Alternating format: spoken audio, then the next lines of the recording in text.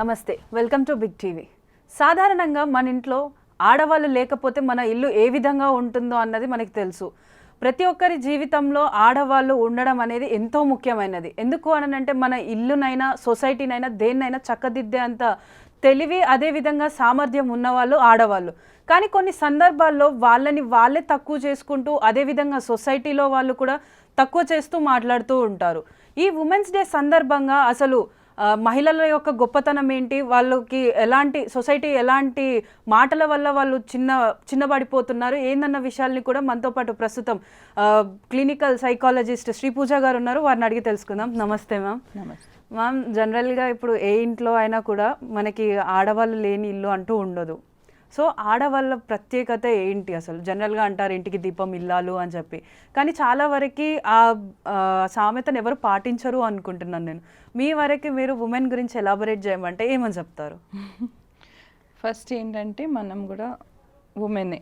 అంటే ఫస్ట్ ఒక చిన్న బేబీగా పుట్టి ఇన్ఫెంట్గా అయ్యి మళ్ళీ టాడ్లర్గా అయ్యి పుట్టి పెరిగి ఈ వయసు ఉన్న వరకు మనం లేడీనా జెంట్సా ఏం తెలీదు, అంతే కదా.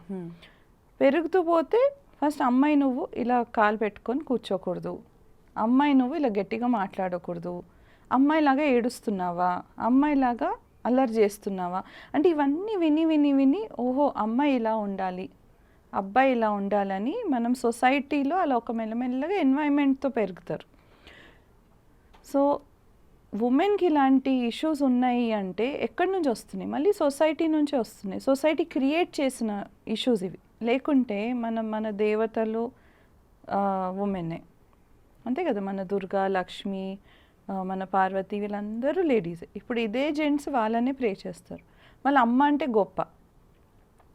బేసిక్లీ ఏమైపోయిందంటే సొసైటీలో లేడీస్ని కిందకి చేయాలి అనేసి ఆ ఉద్దేశంతో ఎవరు లైక్ మైండ్ సెట్ అలా లేదు, అలా అయిపోయిందంటే. అంటే ఒక హస్బెండ్ వాళ్ళ వైఫ్ మాట వింటే ఏంటి మీ కొంగు వెనుక తిరుగుతున్నావు అంటారు. ఇదే హస్బెండ్ వాళ్ళ వైఫ్ మాట వినకుంటే ఏంటి కంట్రోల్లో పెట్టావా మీ ఆవిడ్ని అంటారు. అంటే it is all going back to ego. Ego అంటే మగతనం చూపించడానికి. బట్ ఫీమేల్ ఆల్సో ఇప్పుడు వాళ్ళు పెరుగుతున్నారు, ఇండిపెండెంట్ అవుతున్నారు, ఫైనాన్షియల్గా ఇండిపెండెంట్ అవుతున్నారు. అది జెండర్ బయాస్గా కాకుండా both are equal, in fact more than equal. Both are Shiva and Parvati as I would say. మొన్న శివరాత్రికి మనలో పెంచుకుందే అది. మనలో ఉన్న శివుడిని మనం ప్రే చేస్తున్నాం, మనలో ఉన్న పార్వతిని మనం ప్రే చేస్తున్నాం. అంటే both are equal, both are equally bringing up the society. ఇప్పుడు చాలా మంది అంటారు అమ్మనే పుట్టించింది బేబీని, ఫాదర్ లేకుంటే అమ్మ పుట్టి లేదు బేబీని, కరెక్టా? సో ఆ యాంగిల్లో మనం చూస్తే, అంటే ఒక డిఫరెంట్ పర్స్పెక్టివ్గా మనం చూస్తే ఉమెన్ ఎంపవర్మెంట్, మెన్ ఎంపవర్మెంట్ రెండు ఈక్వల్. ఎందుకంటే మన ఫాదర్ లేకుంటే మన సింగిల్ మదర్తో ఉన్న డిఫికల్టీస్ ఉంటాయి, సింగిల్ ఫాదర్కు ఉన్న డిఫికల్టీస్ సేమ్ ఉంటాయి. అంటే మనం సొసైటీగా మనం ఇద్దరిని ఈక్వల్గా చూసుకుంటూ మనం ముందట వెళ్ళాలి ఇస్ మై రిక్వెస్ట్. సో అంటే మనం జనరల్గా ఇప్పుడు అంటే బేబీ పుట్టినాక అది మేల్ అయినా ఫీమేల్ అయినా కానీ సెల్ఫ్ ఎస్టీమ్ తోటి పుడతారు. అంటే నిజంగానే ఈ సెల్ఫ్ ఎస్టీమ్ అనేది ఉంటుందా?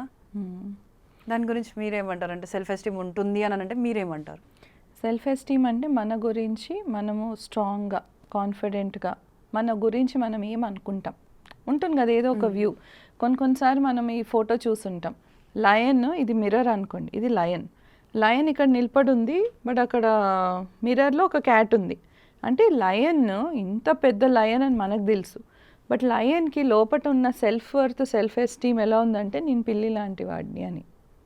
అలాగే ఇంకొక ఫోటో చూస్తారు మీరు చాలా బయట, ఇక్కడ ఒక పిల్లి ఉంది, ఈ పిల్లి మిర్రర్లో చూసుకొని లయన్ అనుకుంటుంది.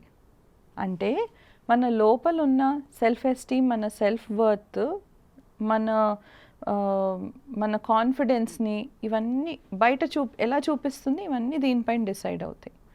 సో మన సెల్ఫ్ వర్త్ని మనం పెంచుకోవాలి అంటే అది పుట్టుకతోనే వచ్చింది, బట్ సొసైటికల్ ప్రెషర్స్ వల్లేనో, లేకుంటే వేరే అమ్మాయి నీకన్నా బాగుంది, లేకుంటే ఈ అబ్బాయి నీకన్నా బాగున్నాడు, పక్కనేంటి అబ్బాయి బాగా చదువుకుంటున్నాడు, నువ్వు ఏంటి ఇలా చదువుకుంటున్నావు, అమ్మాయి చదువుకోకుంటే నీకు పెళ్లి చేసేస్తాను, నువ్వు వంట చేసుకుంటా కూర్చో, బాసన తోముతా కూర్చో, అంటే దాన్ని నెగిటివ్గా చూపించారు. ఇదే మనం పాజిటివ్గా ఎలా చెప్పొచ్చు, చూడు పక్కనింటి అబ్బాయి ఎంత బాగా చదువుకుంటున్నాడు, నువ్వు వెళ్ళి వాడి దగ్గర వెళ్ళి నేర్చుకో. లేదంటే చూడు ఆ పక్కనింటి అమ్మాయి చదువు రాక పెళ్లి చేసుకుంది, చూడు నువ్వు మంచిగా చదువుకుంటే నీకు మంచి మొగుడు వస్తాడు కదా, ఇంకా బాగా నువ్వు అంటే సెల్ఫ్ ఎస్టీమ్ని మనం దించాలన్నా ఆ మాటలను వేరేగా వస్తాయి. అదే సెల్ఫ్ ఎస్టీమ్ పెరగాలన్నా అన్నీ మన సొసైటికల్ ప్రెషర్స్. ఎందుకంటే చిన్నపిల్లలు ఎలా ఉంటారంటే స్పాంజ్ లాగా ఉంటారు. మనం వాళ్ళకి ఏది చెప్పినా వాళ్ళు గుంజేస్తారు. అంటే చిన్నప్పటి నుంచి మనం పిల్లలది సెల్ఫ్ ఎస్టీమ్ పెంచుతూ ఉంటే వాళ్ళు పెద్దగైనాక కూడా పక్కన నెగిటివ్ ఎక్స్పీరియన్సెస్ ఉన్నా దాన్ని పాజిటివ్గా తీసుకుంటారు. ఇప్పుడు నేను మీకు ఓపెన్గా చెప్తా, నిన్న ఒక ఆంటీ వచ్చి నన్ను అడిగింది, ఏంటి ఈ వయసులో నీకు పింపుల్స్ వచ్చినాయి అనింది కదా అన్న. ఆవిడ ఏం జరిగింది, ప్రేమలో ఉన్నావా అనింది. అవునవును ప్రేమలో ఉన్నా అని జోక్గా నవ్వుకుంటూ చేసుకున్నాం. తర్వాత నేను అన్నా ఏదో గైనిక్ ప్రాబ్లం ఉండొచ్చు, హార్మోనల్ ఇంబ్యాలెన్స్ ఉండొచ్చు అనేసి నా మైండ్ అప్పటి వరకు హార్ట్తో జోక్ చేసా. తర్వాత మైండ్ ఎక్కడికి వెళ్ళింది, అరే ఏదైనా తప్పు అవుతూ ఉండొచ్చు, లోపల ఏదో తప్పు నడుస్తూ ఉండొచ్చు. ఇన్స్టెంట్గా మేమిద్దరం ఏం పట్టుకున్నాం తెలుసా, ఏదైనా ఉంది, మేమైతే డిసైడ్ అయ్యాం నువ్వు ప్రేమలో ఉన్నావు అంటే జోక్గా. సో హ్యాపీనెస్ కూడా మన థాట్ ప్లేస్ ఆఫ్ మైండ్, అంటే మన మైండ్ ఎలాంటి సిచ్యుయేషన్స్ని ఎంత పాజిటివ్గా తీసుకుంటుంది. ఇదే పింపుల్ వచ్చింది అని 10th క్లాస్లో చెప్పుంటే సైడ్లో ఎక్కడో కూర్చొని ఆ పింపుల్ వెళ్ళిపోయే వరకు ఎవరితో మాట్లాడకుండా అలా ఉంటుండేనా లేదా ఆ రోజుల్లో. సో అంటే ఇప్పుడు జనరల్గా ఈ సెల్ఫ్ ఎస్టీమ్ వచ్చింది కాబట్టి ఆడపిల్లలు అంటే వర్క్ చేస్తున్నా వర్క్ చేయకపోయినా కూడా సొసైటీ అనేది ఎప్పటికీ ఏదో ఒకటి అంటూనే ఉంటుంది. సో ఇలా అనడం వల్ల వాళ్ళు ఎంతో కొంత మెంటల్ డిసప్పాయింట్మెంట్కి అయితే గురవుతూ ఉంటారు. సో ఈ మెంటల్ డిసప్పాయింట్మెంట్ అనేది ఏ విధంగా ఏ ఎక్స్టెంట్ వరకు వెళ్ళే అవకాశాలు ఉంటాయి? ఓకే, చాలా మంది డిప్రెషన్ అంటే వాళ్ళకి సెల్ఫ్ వర్త్ లెస్నెస్ లేకుంటే ఉన్న లోపట ఉన్న వాళ్ళు దేనికి వర్తీ లేరు, అంటే వాళ్ళు యూజ్లెస్, ఎవరికి వాళ్ళ అవసరం లేదు, అలాంటి థాట్స్లో వెళ్తాయి. లోన్లీనెస్లో వెళ్ళిపోయి చాలా మంది సూసైడ్ లెవెల్ వరకు వెళ్తారు. బట్ అదే టైంలో మనం అలాంటి లెవెల్ వరకు వెళ్ళకుండా, నేను ప్రతిసారి చిన్నపిల్లలు అని ఎందుకంటానంటే మనం ఎంత వయసు ఉన్నా మనలో ఆ చిన్న బేబీ ఇంకా ఉంది. చిన్నప్పుడు మనం సెల్ఫ్ ఎస్టీమ్ బిల్డ్ చేస్తూ ఉంటే పెద్దగైనాక కూడా ఆ సెల్ఫ్ ఎస్టీమ్ ఎవరైనా బ్రేక్ చేస్తున్నా మనం అండర్స్టాండింగ్గా ఉంటాం. పాపం మా అబ్బాయి అలా అనుకున్నాడులే, ఇప్పుడు ఎవరినో వచ్చి బ్యాడ్గా మాట్లాడారు అనుకోండి, అరే వాళ్ళ అప్బ్రింగింగ్ అలా ఉండేమో, అంటే ఆ ఫిల్టరేషన్. ఇప్పుడు మీరు ఫిల్టర్ కాఫీ అంటారు కదా, సో ఫిల్టర్ కాఫీ లాగా మన మైండ్ని కూడా మనం పెరుగుతా పోయి మన మైండ్ కూడా ఫిల్టర్ చేసేది స్టార్ట్ చేస్తుంది. బట్ చిన్నపిల్లలకి అలా ఉండదు. నేను మీకు ముందు అన్నట్టు స్పాంజ్గా, యు ఆర్ లుకింగ్ అగ్లీ, నువ్వు బాగాలేవంటే నేను బాగాలేను, ఎవరికి నువ్వు వద్దంటే ఓహో నాకు ఎవరు వద్దు, అంతే. అసలు ఏది విన్నర్ అలాగే ఉంటుంది వాళ్ళ మనసులో. అది స్ట్రాంగ్గా పెరిగి ఇప్పుడు ఒక చిన్న అమ్మాయిని పేరెంట్స్ ఎప్పుడు తిడుతున్నారు అనుకోండి, పెద్దగా హస్బెండ్ కూడా తిట్టాడు అనుకోండి, కదా మా అమ్మ వాళ్ళు కూడా నా గురించి అలాగే అనుకున్నారు కదా అని వాళ్ళు దాన్ని వ్యాలిడేషన్ చేసుకుంటూ ఉంటారు. ఇప్పుడు హ్యూమన్ బీయింగ్స్, ప్రతి హ్యూమన్ బీయింగ్ ఒక కనెక్షన్ బిల్డ్ చేసుకోవాలనేసి పుట్టుకతోనే కనెక్షన్ బిల్డ్ చేస్తారు. అమ్మతో నవ్వి, ఫాదర్తో నవ్వుతూ ఆడుకుంటూ, ప్లస్ వ్యాలిడేషన్ కూడా కావాలి. ఇప్పుడు నేను బ్యూటిఫుల్ ఉన్నాను అనుకోండి, 10 మంది పక్కన ఈ అమ్మాయి బ్యూటిఫుల్ లేదు అన్నారు అనుకోండి, అవునేమో నేను బ్యూటిఫుల్ కాదేమో అనుకుంటా. ఇదే వేరే కంట్రీకి వెళ్ళినప్పుడు అక్కడ వాళ్ళందరూ అబ్బా మీ కళ్ళు ఎంత బాగున్నాయండి, మీ ముక్కు ఎంత బాగుంది, మీ జుట్టు ఎంత బాగుంది, అరే అవునా, అరే నా కంట్రీలో అలా అనలేదే, వీళ్ళు అబద్ధం చెప్తున్నారేమో అనుకుంటాం. అంటే బ్యూటీ ఎక్కడుంది, బయట చెప్పిన వాళ్ళలోనా లేకుంటే నాలోనా? మనలోనే. బ్యూటీ స్టాండర్డ్ ఇలా ఉంది అని ఎవరు చెప్పారు? ఎవరు చెప్పలేదు. Sushmita Sen very beautiful, Aishwarya Rai very beautiful, ఎవరు more beautiful? No comparison. So అంటే ఇప్పుడు జనరల్గా ఉమెన్స్ అని అంటే ఇప్పుడు కొంతమంది ఇళ్ళల్లో అంటూ ఉంటారు చిన్నపిల్లలప్పటి నుంచి, ఇందాక మీరు అన్నట్టు నువ్వు అమ్మాయివి స్పెసిఫిక్గా ఇలానే కూర్చోవాలి, నువ్వు ఇలానే నవ్వాలి, ఇలానే తినాలి. ఒకవేళ ఇంట్లో అబ్బాయిలు ఉంటే ఒకవేళ ఒక మాట అన్నా కూడా నువ్వు ఆడపిల్లవి అలా మాట్లాడకూడదు అని అంటారు. సో ఇలా ప్రతి దానికి వాళ్ళు ఇన్స్ట్రక్ట్ చేస్తూ ఉంటే ఈ వర్డ్స్ అనేది వాళ్ళ పైన ఫ్యూచర్లో ఏ విధమైనటువంటి ఇంపాక్ట్ చూపిస్తుంది? ఎలా ఇంపాక్ట్ అంటే ఒక ఎగ్జాంపుల్ తీసుకుందాం, వర్క్ స్పేస్. ఇప్పుడు రేపు అమ్మాయి పెద్దయినాక వర్క్కి వెళ్తుంది. అక్కడ చిన్నప్పటి నుంచి అమ్మాయి ఇలాగే ఉండాలి అని నేర్చుకుంది. బట్ లోపటి నుంచి నాటీగా ఉంది, అల్లరి ఉంది, అందరికి వెళ్ళి ఏంట్రా ఏం చేస్తున్నావు అని చెప్పాలని ఉంది. బట్ చిన్నప్పటి నుంచి ఏమన్నారు, నువ్వు అమ్మాయివి, నువ్వు అమ్మాయి నీ పని చేసుకొని నీ సెట్ చేసుకుంటూ నీ వర్క్ నువ్వు చేసుకుంటా ఉండు అని అంటుంది. అప్పుడు అమ్మాయి ఏం చేస్తుంది, అక్కడ వెళ్ళి డెస్క్ పైన కూర్చొని ఆమె పని చేసుకొని ఇంటికి వస్తుంది. సడన్గా ఏదైనా కాంపిటీషన్ వస్తుంది, పార్టిసిపేట్ చేయాలని ఉంటుంది. లేదు, నేను అమ్మాయిని, నేను ఇలాగే ఉండాలి అంటే ప్రతి మనిషి ఇలా ఉండరు. చిన్నప్పటి నుంచి ఉన్న అప్బ్రింగింగ్ లేకుంటే చిన్నప్పుడు ఉన్న ఎక్స్పీరియన్సెస్, కొందరు మారుతారు, పెరుగుతా పోయి ఇలా కాదేమో, మా ఫ్యామిలీ స్ట్రిక్ట్, వేరే ఫ్యామిలీస్ అలా కాదు. అందుకే నేను ఎప్పుడు నా స్టూడెంట్స్కి, పేషెంట్స్కి, క్లయింట్స్కి అందరికి ఒకటే చెప్తా, ప్రతి మనిషికి ఎక్స్పీరియన్సెస్ ఉంటాయి, నాకు కూడా ఉండొచ్చు. కొన్నిసారి మనం డిగ్ చేసామనుకోండి, అంటే తవ్వితే దొరుకుతూనే ఉంటాయి, ఏదో ఒకటి దొరుకుతూనే ఉంటాయి. ఆనియన్ లాగా ఒక పీల్ చేస్తా పోతే ఇంకొకటి వస్తూనే ఉంటుంది. బట్ లోపట ఉన్న ఆనియన్ ఫ్రెష్గానే ఉంటుంది. ఈ ఆనియన్ పీల్ లాగా మనం చేస్తూ ఉంటే మనకేం తెలుస్తాయి అంటే ప్రతి మనిషికి ఎక్కడో ఒక జాల ఏదో ఒక హర్ట్ అయింది. ఆ హర్ట్ని మనం పక్కన వాళ్ళని ఫర్గివ్ చేసి, లేకుంటే దేవుడికి మనం ఇలాంటి సిచ్యువేషన్ నాకు ఫేస్ చేశాను, ఫేస్ చేయకుండా ఉండే, నేను కూడా రేపు సెన్సిటివ్గా ఉండాలి వేరే వాళ్ళతో, ఎందుకంటే నాతో ఇలాంటి బ్యాడ్ ఎక్స్పీరియన్స్ అయింది కాబట్టి నేను కూడా వేరే వాళ్ళతో సెన్సిటివ్గా ఉండాలి. సో ఇలాంటివి మనం తెలుగులో అంటాం కదా, జ్ఞానోదయం వచ్చింది, నేను మారిపోయాను సడన్గా అంటే కొన్ని ఇన్సిడెంట్సెస్ అలా అవుతూ ఉంటాయి.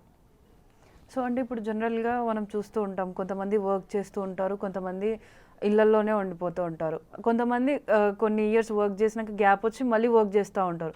కానీ ఏ పని చేసినా కూడా ఆడపిల్లల్ని ఇంకా తక్కువ చూస్తున్నారు, ఈక్వాలిటీ లేదు అని కొంతమంది నిపుణులు, సోషల్ యాక్టివిస్టులు వాళ్ళందరూ అంటుంటారు. నిజంగానే ఇప్పుడు ఈ లేడీస్ అందరూ కూడా సపరేషన్కి లోన్ అవుతున్నారంటారా? అంటే ఏ వర్క్ చేసినా చేయకున్నా ఐదర్ గ్యాప్ తీసుకొని మళ్ళీ వర్క్ స్టార్ట్ చేసినా కూడా వాళ్ళ పైన ఈ నెగిటివ్ ఇంపాక్ట్ ఏదైతే ఉంటుందో అదంతా ఇప్పుడు వాళ్ళ పైన పడుతుందంటారా? ఇప్పుడు నెగిటివ్ ఇంపాక్ట్ ఎప్పుడు పడుతుంది తెలుసా, గ్యాప్ మన మైండ్లో ఉంటే. ఇప్పుడు చాలామంది పెళ్ళైంది అనేసి గ్యాప్ తీసుకుంటారు, లేదంటే ఫ్యామిలీలో ఎవరికైనా హెల్త్ బాగాలేకుండా గ్యాప్ తీసుకుంటారు, లేదంటే ఎమర్జెన్సీస్ ఉన్న గ్యాప్ తీసుకుంటారు. ఆ గ్యాప్లో వాళ్ళు ఏం చేశారు? ఇప్పుడు మనకి ఇంటర్నెట్ ఉంది, పాతకాలంలో అట్లీస్ట్ మన దగ్గర బుక్స్ ఉన్నాయి అనుకోవచ్చు, బట్ ఇప్పుడు ఇంటర్నెట్ ఉంది, ఫోన్స్ ఉన్నాయి, రీల్స్ ఇవన్నీ చూసే కన్నా మనం చదువుల్లో కొంచెం ఎలా గ్రో అవ్వచ్చు, లేకుంటే ఇప్పుడు గ్యాప్ వచ్చింది, పిల్లలు పెరుగుతున్నారు, సో ఆ టైంలో ఏం చదవచ్చు. సో నాలెడ్జ్ అయినా పెంచుకుంటూ ఉండాలి, లేకుంటే వర్క్ ఎక్స్పీరియన్స్ అయినా పెంచుకుంటూ ఉండాలి. ప్లస్ హాబీస్, ఇప్పుడు ఉన్న హాబీస్ని మనం, ఇప్పుడు లిజ్జట్ పాపడ్ ఉంది, ఇప్పుడు వరకు హ్యాండ్ మేడ్, అది అంటే స్టార్ట్ అయింది 20 రూపీస్తోనో 80 రూపీస్తో స్టార్ట్ చేశారు వాళ్ళు. 80 రూపీస్ నుంచి స్టార్ట్ చేసి ఇప్పుడు వాళ్ళు almost I think billions of money they are making. And ఈ రోజు వరకు I think 45,000 women are working on that. So it is being busy. నేను అదే అంటాను అందరికీ, బిజీ ఎలా ఉన్నాం, ఫోన్ చూస్తూ బిజీగా ఉన్నామా, టీవీ చూస్తూ బిజీగా ఉన్నామా, ఏదైనా ఆడుకుంటూ బిజీగా ఉన్నామా, ఫ్రెండ్స్తో కలిసి బిజీగా ఉన్నామా. ఇప్పుడు ఇదే మీరు అబ్బాయిలతో మాట్లాడారు అనుకోండి, మీరు ఫ్రెండ్స్ కలిసినప్పుడు ఏం మాట్లాడతారు అంటే మేము బిజినెస్ మాట్లాడుతున్నాం, మేము నెక్స్ట్ ఏం చేయొచ్చు ఆలోచిస్తున్నాం అంటారు. కొన్నిసారి ఏం ఆలోచించరు, ఊరికే ఏదో ఒకటి మాట్లాడుతూ ఉంటారు. ఆ ఊరికే ఏదో ఒక మాట్లాడడంని కూడా క్రియేటివిటీ అంటాం. ప్రతి మనిషి ఊరికే ఏదైనా మాట్లాడగలుగుతాడా? లేదు. ఇదే లేడీస్ ఏం చేస్తారు, చీరల గురించి మాట్లాడతారు, లేకుంటే జ్యువెలరీ గురించి మాట్లాడతారు, నగల గురించి మాట్లాడతారు. రేపు ఫ్యాషన్ డిజైనర్ కన్నా ఎక్కువ ఇన్ఫర్మేషన్ వీళ్ళ దగ్గరే ఉంటుంది. కరెక్టా లేదా? సో మనం ఏం చేయాలి అంటే మనలో ఉన్న క్రియేటివిటీని పెంచుకుంటూ ఉండాలి. అండ్ కొన్నిసారి బోర్ అవుతున్నాం అంటారు, చాలామంది అంటారు మేము బోర్ అయిపోయామండి అంటే, బోర్ దేంతో అయ్యారు? టీవీ చూస్తూ 3 గంటలు బోర్ అయ్యారా? సీరియల్ చూస్తూ బోర్ అయ్యారా? లేకుంటే టైంపాస్ చేస్తూ పని చేసుకుంటూ బోర్ అయ్యారా? అంటే మన బోర్కి కూడా ఒక వాల్యూ ఉండాలి. ఒక బోర్ డమ్ అంటారు చూడండి, ఆ బోర్ డమ్లోనే క్రియేటివిటీ ఉంది, శూన్యంలోనే వరల్డ్ అంతా ఉందంటాం కదా. సో బోర్, ఒక మనిషి నాకు ఆలోచన వచ్చింది నేను బోర్ అవుతున్నా అంటేనే కరెక్ట్ టైం. ఎందుకంటే ఈ కాలంలో బోర్ అవడం చాలా కష్టం. ఇప్పుడు నేను చెప్పేది కూడా చాలా మందికి బోరింగ్ అనిపించచ్చు. ఆ టైంలో వాళ్ళకి బట్ వినాలని ఉంది, బోరింగ్గా ఉంది బట్ వినాలని ఉంది. ఆ టైంలో కూర్చొని అరే మేడం ఏం చెప్తున్నారు, దీంట్లో ఏదైనా ఒక పాయింట్స్, నాకేదైనా ఎప్పుడైనా బోర్ అనిపించినప్పుడు నాకు ఏమైనా ఆలోచనలు వచ్చినాయా. ఇప్పుడు వరకు నాకు గుర్తుంది, నేను స్కూల్ టైంలో ట్రైన్లో వెళ్ళినప్పుడంతా ఎంత బోర్ నాకు లైఫ్లో అప్పుడే బోరింగ్ అనిపించింది. ఎంత బోర్ అనిపిస్తుంది అంటే ఆ టైంలో ఎన్ని ఇంట్రెస్టింగ్ స్టోరీస్ రాశానంటే నాకు ఈరోజు వరకు ఒక స్టోరీ గుర్తుంది, చెప్తాను మీకు. బోర్ అవుతానండి, ఆ స్టోరీలో కూడా బోర్ అవుతాను. సో బోర్ అవుతూ గార్డెన్లో అలా నడుస్తున్నానంట. అలా నడుస్తూ సూర్యుడిని చూశానండి. అరే సూర్యుడికి వెళ్ళి హలో చెప్దాం అనుకొని అలా వెళ్ళి అక్కడ ఏదో స్టెప్స్ కనపడినాయంటే స్టెప్స్ పైకి ఎక్కి సూర్యుడు లోపలికి వెళ్ళానంట. ఆయన లేడంట అక్కడ. అంటే సూర్యుడు లోపల లేడంట. అంటే చిన్నపిల్లలు ఎలా ఆలోచిస్తారు చూడండి. అక్కడికి వెళ్ళి కూర్చుంటే టింకల్ బుక్ కనపడిందంట. ఓ సూర్యుడికి కూడా టింకల్ ఇష్టమా అని కూర్చొని చదివాను అక్కడ. తర్వాత సూర్యుడు వచ్చి ఓ నువ్వు వచ్చావమ్మా, నాకు తెలీదు, నీ గురించి చాలా విన్నా. అంటే నా గురించి ఎలా విన్నారు, నేను ఇప్పుడే కదా మీ గురించి తెలుసుకుంది అన్నానంట. అంటే ఆ స్టోరీ ఎలా నడిచింది చూడండి. ఇప్పుడు కూడా నాకు ఆ స్టోరీ గుర్తుంది. సూర్యుడు ఏంటి, టింకల్ ఏంటి, నడిచేది అంటే లైక్ అంటే మనం ఏదైతే ఆలోచిస్తామో అది మనకు ఒక స్టోరీ లాగా అయితే వచ్చింది. అంటే మీరు అన్నదాన్ని బట్టి ఇంతకుముందు మీరు చిన్నపిల్లలు ఉన్నప్పుడు స్టోరీస్ రాయడం అంటే ఈ రోజులలో చాలా కష్టం. అవును, మీ రోజులలో ఫోన్స్ ఇవన్నీ లేదు కాబట్టి కొంచెం క్రియేటివ్గా ఆలోచించవచ్చు, క్రియేటివ్నెస్ తోటి మనం ఏదైనా చేయొచ్చు అన్నది ఒకటి మీరు దీన్ని బట్టి చెప్తున్నారు. సో ఇప్పుడు ఇది ఇలా ఉంటే, ఇప్పుడు జనరల్గా ఆడవాళ్ళ లైఫ్ పెళ్ళికి ముందు ఒకలా ఉంటుంది, పెళ్ళి తర్వాత ఒకలా ఉంటుంది. సో ఈ రోజులలో గమనించుకున్నట్టయితే మనం అంటే పెళ్ళి అయిన తర్వాత అత్తమామలు ప్రెషర్ పెడుతున్నారు, ఇటు హస్బెండ్ ప్రెషర్ పెడుతున్నారు. ఒకవేళ వర్క్ ప్లేస్లో వెళ్ళి ఎవరితో అయినా మాట్లాడినా కూడా వేరే సంబంధాలన్నీ పెట్టేస్తున్నారు అని చెప్పేసి న్యూస్లో మనం చాలా చూస్తున్నాం. అసలు నిజంగా ఏ మెంటాలిటీ తోటి ఇప్పుడు ఈ ఒక అమ్మాయి వాళ్ళ ఇంటికి వచ్చినప్పుడు వాళ్ళకి కూతుర్లు ఉంటారు, సో దాన్ని వదిలేసి ఈ వచ్చిన కోడల్ని ఒక పరాయి వ్యక్తిగా చూస్తూ తన పైన సాధించాలి అని అనుకుంటారు. ఎందుకు ఈ టైప్ ఆఫ్ బిహేవియర్? ఓకే, మీరు 3 క్వశ్చన్లు అడిగారు. ఫస్ట్ క్వశ్చన్ ఏం అడిగారంటే పెళ్ళికి ముందు పెళ్ళికి తర్వాత. సో దాని గురించి మాట్లాడతాం. సో పెళ్ళికి ముందు నేను ఒక జాయింట్ ఫ్యామిలీ నుంచి వచ్చాను. సో నేను దాంట్లో ఉన్న బెనిఫిట్స్ ఉంటాయి. అంటే మనం జాయింట్ ఫ్యామిలీలో ఉన్నప్పుడు మనం చాలా మందితో కలిసిమెలిసి ఉంటాం. అంటే మనకు అడ్జస్టింగ్ నేచర్ వచ్చేస్తుంది. అడ్జస్టింగ్ అంటే మనకు కావాల్సినవి చంపుకునేది కాదు, దాన్ని అడ్జస్ట్మెంట్ అన్నాం, దాన్ని సాక్రిఫైస్ అంటాం. ఓకే, బట్ జాయింట్ ఫ్యామిలీలో ఉన్నప్పుడు మనము అందరితో కలిసిమెలిసి ఉంటాం కాబట్టి అందరిలో మన వాళ్ళలో ఉన్న స్ట్రెంగ్స్ మనకు తెలిస్తే, మనలో ఉన్న స్ట్రెంగ్స్ వాళ్ళకి తెలుస్తాయి. సేమ్ వీక్నెస్ కూడా. ఒకటే రూమ్లో పండుకుంటారు, మొత్తం ఫ్యామిలీ ఒకటే కబర్డ్ వాడుతుంది, అడ్జస్ట్ అవుతూనే ఉంటారు. ఎందుకంటే వాళ్ళకి రిలేషన్షిప్ ఇంపార్టెంట్. చిన్నప్పుడు పిల్లలకి తెలియదు, వాళ్ళు బయటకు వెళ్ళిపోవచ్చు, కబర్డ్లో స్పేస్ లేదంటే వాళ్ళు బయటకు వెళ్ళిపోవచ్చు, బెడ్ పైన ప్లేస్ లేదంటే వాళ్ళు వెళ్ళిపోవచ్చు. అలాంటి ఆలోచన రావు. మళ్ళీ పెళ్ళైనాక కూడా వాళ్ళకి ఇదే అట్మాస్ఫియర్ ఉంటుంది కాబట్టి అడ్జస్ట్ అవుతారు. ఇప్పుడు అబ్బాయిలు తొందరగా అడ్జస్ట్ అవుతారు వైఫ్ వస్తే, ఎందుకంటే వైఫ్ వాళ్ళ ఇంట్లో వచ్చింది కాబట్టి, అదే అమ్మాయి వాళ్ళ ఇంట్లో వచ్చింది కాబట్టి. బట్ అమ్మాయికి ఎక్కువ అడ్జస్ట్మెంట్ ఎక్కడ అవుతుందంటే జాయింట్ ఫ్యామిలీ నుంచి వచ్చింది అనుకుందాం. ఎక్కడ అడ్జస్ట్మెంట్ అవుతుందంటే కల్చర్.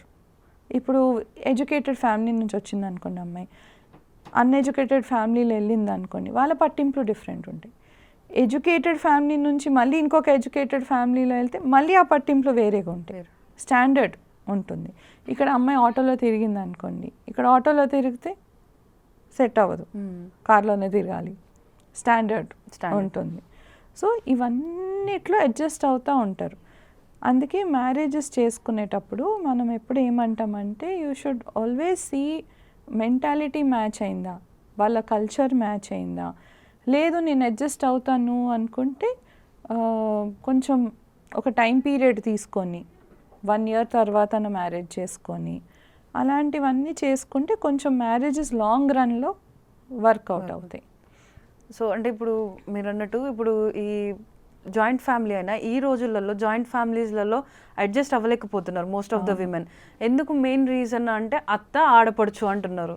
అసలు వీళ్ళ బిహేవియర్కి అంటే వీళ్ళిద్దరికి అంటే ఇప్పుడు ఈ అత్త సైడ్ వాళ్ళకను ఈ కోడలుగా వచ్చిన వాళ్ళు ఎవరైతే ఉన్నారో వాళ్ళ కంపాటబిలిటీ ఎందుకు డిఫరెన్స్ ఉంటుంది?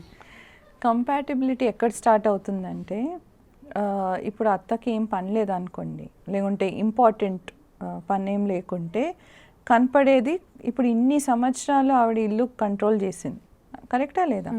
ఈ కోడలు కొత్తగా వచ్చింది, ఇల్లు ఎలా నడపాలో తెలియదు కాబట్టి అత్త ఇన్ని సంవత్సరాలు ఎలా నడిపింది అలాగే కోడల్ని కూడా నడపాలని అనుకుంటుంది.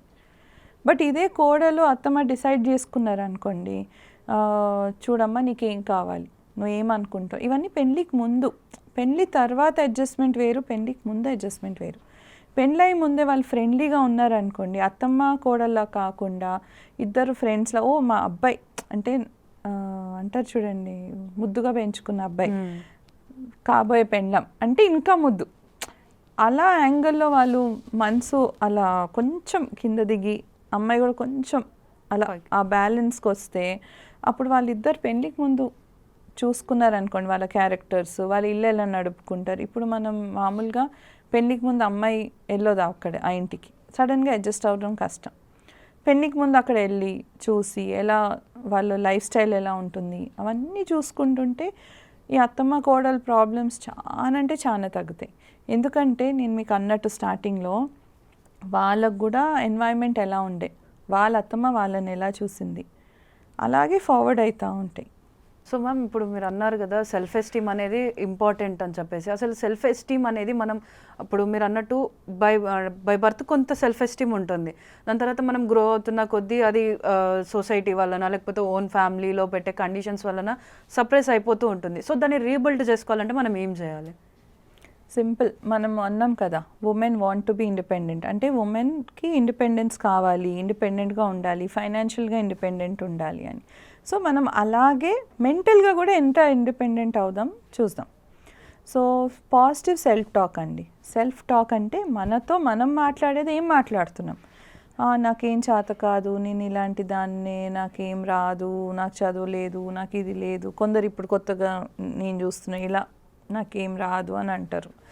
బట్ ఇదే మనం పాజిటివ్గా, అరే నాకేం రాదు కదా, చలో ఇప్పుడు నేర్చుకుందాం, నాకేం అవసరం, అరే టీ షాప్ పెడదాం అనుకుంటున్నాను దానికి ఏం అవసరం, అరే ఫ్యూచర్లో చీరల షాప్ పెడదాం అనుకుంటున్నాను దానికి ఏం అవసరం, అది కావాలంటే నేను ఎలాంటి పాజిటివ్ థాట్స్ నేను పెంచుకోవాలి.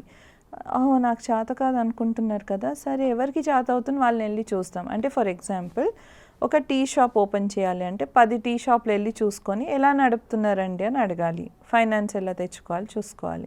ఇలాగే చీర షాప్ ఓపెన్ చేద్దాం అనుకుంటున్నానా, సరే ఫస్ట్ స్టెప్ ఏంటి, అదే డబ్బులు ఉన్నాయా, మా ఫ్యామిలీ సపోర్ట్ చేస్తుందా, నాకు ఎంత టైం ఉంది, దాన్ని బట్టి ముందట వెళ్ళాలి.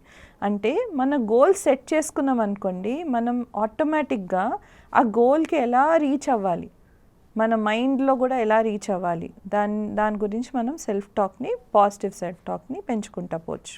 తర్వాత దాంట్లో చాలా స్ట్రాటజీస్ ఉంటాయి. మనము వేరే ఇప్పుడు ఫ్యామిలీ నెగిటివ్ ఉందనుకోండి, ప్రతిసారి వెళ్ళి నువ్వు నెగిటివ్గా మాట్లాడుతున్నావు అని చెప్పలేరు ఫ్యామిలీ మెంబర్స్కి. అప్పుడు వాళ్ళు ఎక్కువ పాజిటివ్, ఫ్యామిలీ మెంబర్స్లో ఎవరు పాజిటివ్గా ఉన్నారు, ఎవరు పాజిటివ్గా మాట్లాడతారు, పాజిటివ్ ఆలోచిస్తారు, పాజిటివ్ పనులు చేస్తారు, వెళ్ళి వాళ్ళతో టైం ఎక్కువ స్పెండ్ చేయాలి. అప్పుడు ఏమవుతుంది తెలుసా, ఇప్పుడు మనం ఎనర్జీ వైజ్ కూడా అనుకుంటాం కదా, మనం పాజిటివ్గా ఉంటే పక్కన వాళ్ళు కూడా నెగిటివ్గా ఉన్నా ఒక 100 సార్లు నెగిటివ్గా ఉంటే ఒక 50 సార్లు నెగిటివ్ అవుతారేమో, ఆ 50 నుంచి 20కి వస్తారేమో, 20 నుంచి ఒక్కసారి వస్తారేమో, ఒక్కసారి నుంచి మళ్ళీ మీలాగే అవుతారేమో. ఇవన్నీ కష్టమైన పనులే, బట్ మనకు కావాలి కదా మన ఇండిపెండెన్స్, మన థాట్. సో మనం సెల్ఫ్ టాక్తో నెగిటివ్ సెల్ఫ్ టాక్ కూడా ఉంటుందండి. నెగిటివ్ సెల్ఫ్ టాక్ అంటే డిప్రెసివ్గా ఉంటాయి కొన్ని థాట్స్, సాడ్గా కూడా ఉంటాయి, కొన్నిసార్లు కోపడుతూ ఉంటాయి, తిడుతుంటాయి, పక్కన వాళ్ళు తిట్టే ముందే వీళ్ళు తిట్టేసుకుంటూ ఉంటారు. అది మనం ఎలా గమనించాలంటే ఫస్ట్ అవేర్ ఉండాలి. అరే నాకు ఒక నెగిటివ్ థాట్ వచ్చిందా నా గురించి, లేదంటే ఎవరైనా నా గురించి నెగిటివ్ మాట్లాడారా, ఇది ఆటోమేటిక్గా వస్తూ ఉందా, నేను తలుచుకుంటే వస్తూ ఉందా, నన్ను ఎలా పాజిటివ్గా మార్చుకోవచ్చు. పాజిటివ్గా ఇప్పుడు వంట రాదు అని అన్నారు అనుకోండి, అయ్యో నాకు వంట రాదా అని బాధపడే కన్నా, అవునా నాకు వంట రాదా, సరే దాంట్లో ఎలా మార్పులు తెచ్చుకోవచ్చు. అంతే సింపుల్గా ఉంటాయి ఇవన్నీ. బట్ మన పాత సపరేషన్ వల్లనో సెల్ఫ్ బీటింగ్ ఎక్కువ అలవాటు అయిపోయి సెల్ఫ్ బీటింగ్ అంటే మనల్ని మనం తప్పు నిందించుకోవడం. నిందించుకుందాం, ఇవన్నీ చేసుకుంటా పోయి సప్రెస్ అయిపోతూ ఉంటారు. నెక్స్ట్ ఏం చేయొచ్చు అంటే మనం యోగా అంటాం, మెడిటేషన్ అంటాం, రిలాక్సేషన్ ఎక్సర్సైజెస్, బ్రీదింగ్ ఎక్సర్సైజెస్, ఇవన్నీ చేస్తూ ఫ్యామిలీని కూడా కలుపుకుంటూ చేసుకుంటూ ఉండాలి. అంటే ఒక ఫ్యామిలీ మెంబర్కి వాకింగ్ ఇష్టం అనుకోండి, వాళ్ళతో వాకింగ్ వెళ్ళండి. అంటే వాళ్ళు ఎప్పుడెప్పుడు మంచిగా ఉంటారు. ఇప్పుడు ఫ్యామిలీలో ఒకరు తిడుతూనే ఉంటారు అనుకోండి, వాళ్ళు ఎప్పుడు మంచిగా ఉంటారు, ఓహో ఈ టైంలో మంచిగా ఉంటారు. సో అప్పుడు వెళ్ళి వాళ్ళతో సరదాగా టైం స్పెండ్ చేసి వాళ్ళతో మంచి పాజిటివ్ ఎక్స్పీరియన్సెస్ తెచ్చుకొని, అప్పుడు నెక్స్ట్ టైం వాళ్ళు తిట్టేకి వచ్చినప్పుడు వాళ్ళకి ఆ పాజిటివ్ ఎక్స్పీరియన్సెస్ గుర్తొచ్చి కొంచెం తక్కువ తిడతారేమో, కొంచెం యూనో. సో అలా మనము మెల్లమెల్లగా మన సిచ్యుయేషన్స్ని, మన సర్కమ్స్టెన్సెస్ని మార్చుకుంటూ పోతే మనం కూడా హ్యాపీగా ఉంటాం. ఇంకో క్వశ్చన్, హ్యాపీనెస్ మనలో ఉందా బయట ఉందా అని అంటారు. యాక్చువల్గా మనలో ఉంది, బట్ బయట కనపడుతూ ఉంటుంది. కాబట్టి మనం బయట సిచ్యుయేషన్స్ని కూడా హ్యాపీ చేసుకుంటూ ఉండాలి, మన లోపట ఉన్న మనసును కూడా హ్యాపీనెస్తో పెంచుకుంటూ ఉండాలి. అది ఎలా అవుతుంది? ఇంత బాధ ఉన్నప్పుడు, పక్కన ఇంత నెగిటివిటీ ఉన్నప్పుడు అది ఎలా పెంచుకుంటూ ఉంటాం? అందుకే యోగా, మెడిటేషన్, హ్యాపీగా కొత్త ఫ్రెండ్స్ చేసుకొని ఇష్టమైనది. ఇప్పుడు చాలామంది అంటుంటారు నాకు ఏదో చేయాలని ఉందండి. ఇప్పుడు మీరు అడిగారు క్వశ్చన్ శిరీష గురించి, మీరు ఫీల్ అయ్యారు కాబట్టి అడిగారు. బట్ అలా చాలామంది అంటారు, అరే ఇలాంటి సిచ్యువేషన్లు ఎందుకు కావాలి, మగవాళ్ళకి ఏదైనా ఒక క్లబ్ ఉండాలి, ఇలాంటి భార్య పైన కోపం ఇన్సిడెంట్ లో మాట వినట్లేదు, ఎదురు చెప్పింది అని అంటే జస్ట్ ఒక 2 minutes కూర్చుంటే రిజాల్వ్ అయిపోయే ఇష్యూ. దానికి ప్రాణాలు తీసుకునేంత వరకు ఆ ఎక్స్ట్రీమ్కి వెళ్ళిపోతున్నారు ఒక్కొక్కరు. అవును, అందుకే ఇప్పుడు ఇలాంటి ఎన్జిఓస్ ఎందుకు వచ్చినాయి, లాస్ ఎందుకు వచ్చినాయి అంటే అదొక రకంగా అయినా డిసిప్లిన్ పెట్టాలని, ఆ బాధ అది. ఇప్పుడు ఇప్పుడు ఇప్పుడు ఇలాంటి ఇష్యూ వచ్చింది టీవీలో, ఎవరైనా స్క్రోలింగ్ వేశారా? ఇప్పుడు మీరు ఏమన్నారు, మాట్లాడి ఇష్యూ సాల్వ్ చేసుకోవచ్చు, కౌన్సిలింగ్ తీసుకోవచ్చు, లేకుంటే దూరం కూర్చొని మనం ఏమంటాం తెలుసా, కోపం వచ్చి కొంచెం దూరం నిలబడి మాట్లాడండి అంటాం, ఎందుకంటే ఆ టైంలో ఏం చేస్తారో తెలియదు, అంతే కదా. కాబట్టి కూర్చొని రిజాల్వ్ చేసుకోవచ్చు కదా అన్న ఆలోచన. ఇప్పుడు మీరు న్యూస్లో ఇది ఎంత స్క్రోల్ చేస్తున్నారు, ఇమ్మీడియట్గా నెక్స్ట్ ఏముండాలి, ఆ స్క్రోలింగ్తో పాటు మాట్లాడి సాల్వ్ చేసుకోవచ్చు కదా, ఇది చేయొచ్చుండే కదా, అది చేయొచ్చుండే కదా, అది ఇమ్మీడియట్గా అది కూడా స్క్రోల్ అవ్వాలి. లేకుంటే ఈ న్యూస్ చూసి ఇంకా మంది యూనో అవును మాట్లాడలేదు, వినలేదు, నేను ఇలా చేశాను అని అంటారు. అందుకే నాకు పుష్ప 2లో చాలా ఇష్టమైంది. ఆయన ఎలా వైఫ్కి ఎలా రెస్పెక్ట్ ఇస్తారు, వైఫ్ ఎలా రెస్పెక్ట్, అంత పెద్ద గుండా ఉండి ఆయన వైఫ్కి ఎంత వాల్యూ ఇచ్చి రెస్పెక్ట్ ఇస్తాడు అంటే, ఆ సినిమా వాళ్ళు ఎలా ఆలోచించి ఆ క్యారెక్టర్ రాశారు నాకు తెలీదు. అంటే ఫీమేల్ ఫైన్స్ కూడా ఎక్కువ ఉన్నారు కాబట్టి ఫీమేల్కి రెస్పెక్ట్ ఇవ్వాలి అనుకున్నారో అదొక పాయింట్. ఇంకొక యాంగిల్లో చూస్తే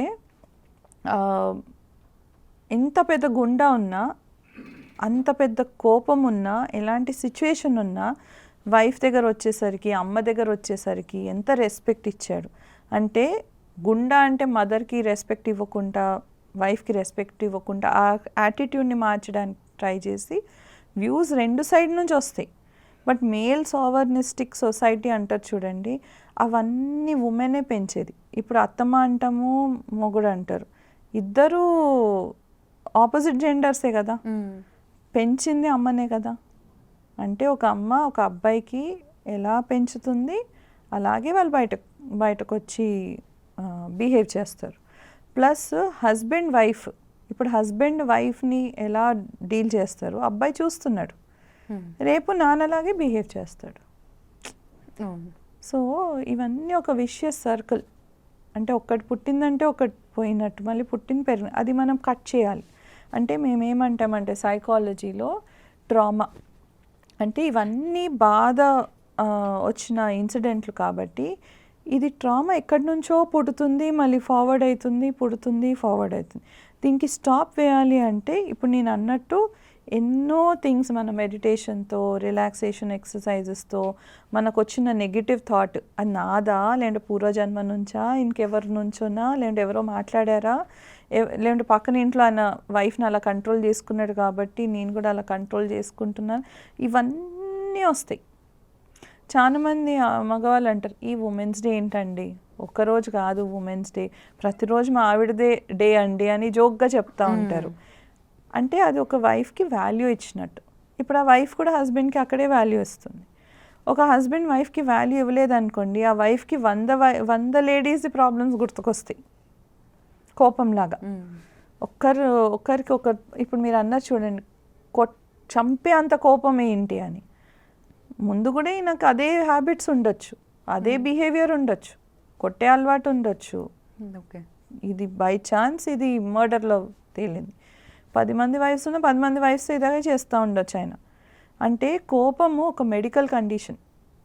ఆ కోపంని సైకాట్రిస్ట్ దగ్గర వెళ్ళినా, సైకాలజిస్ట్ దగ్గర వెళ్ళినా, క్లినికల్ సైకాలజిస్ట్ దగ్గర వెళ్ళినా దాన్ని తగ్గించుకోవాలి. కోపం అది ఒక బర్త్ రైట్ కాదు. కోపం మగతనంకో లేకుంటే ఉమెన్కి అది ఇండిపెండెంట్ నేచర్తో పవర్ కాదు. కోపంని మనం వాడుకోవాలి తప్ప ఆ కోపం మనల్ని వాడుతూ ఉందంటే అదొక మెడికల్ కండిషన్.